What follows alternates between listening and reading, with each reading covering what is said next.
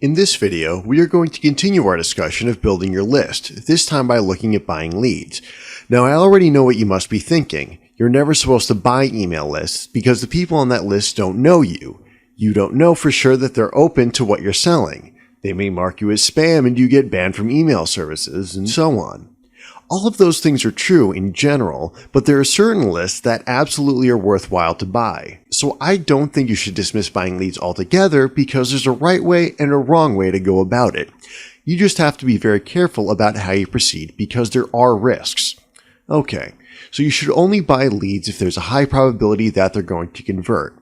What you don't want is a list of people that you essentially are going to be cold calling via email because that's going to be low converting. Obviously, the best leads and the optimal way to reach people is to focus primarily on customers who have interacted with you at some point or another, either through your squeeze page or your sales page or your YouTube videos or on social media or what have you. Those people have already opted in, so they'll have in effect given you an implicit permission to contact them. As a result, they're going to be far more likely to open your email and, more importantly, act on your call to action. Now, you see a lot of companies out there that will sell you thousands of email addresses for $99 and the like. You may be wondering if these are a good option. My advice is to proceed with caution. If you have done business with the company in the past, or the company has been recommended to you by somebody that you trust, then it may be a good idea to consider buying a list from them and trying them out. Beware of making large-scale purchases from companies that you aren't familiar with because, as I'm sure you already know, there are a lot of scammers out there on the web who would be happy to take your money and sell you a list that is filled with either dead addresses or emails they have scalped from other places that aren't going to do you a lot of good. Buying lists can be a big expense, so what you have to consider is the value that you're getting for your money. It can be a financial burden, and there are also other risks involved.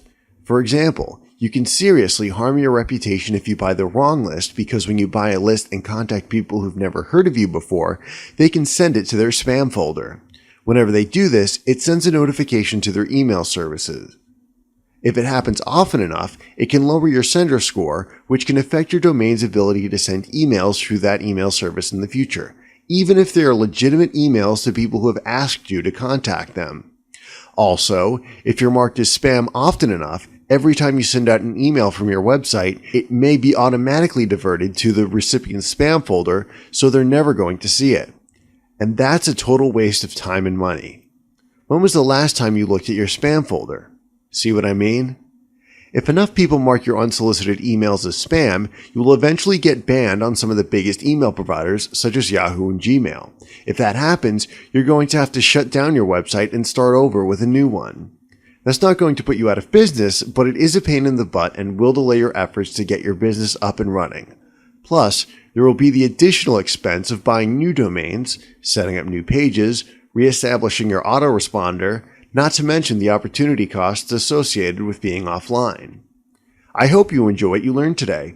Check back weekly for updated videos and lessons, or better yet, click the subscribe button below to get more of these educational videos as they come out.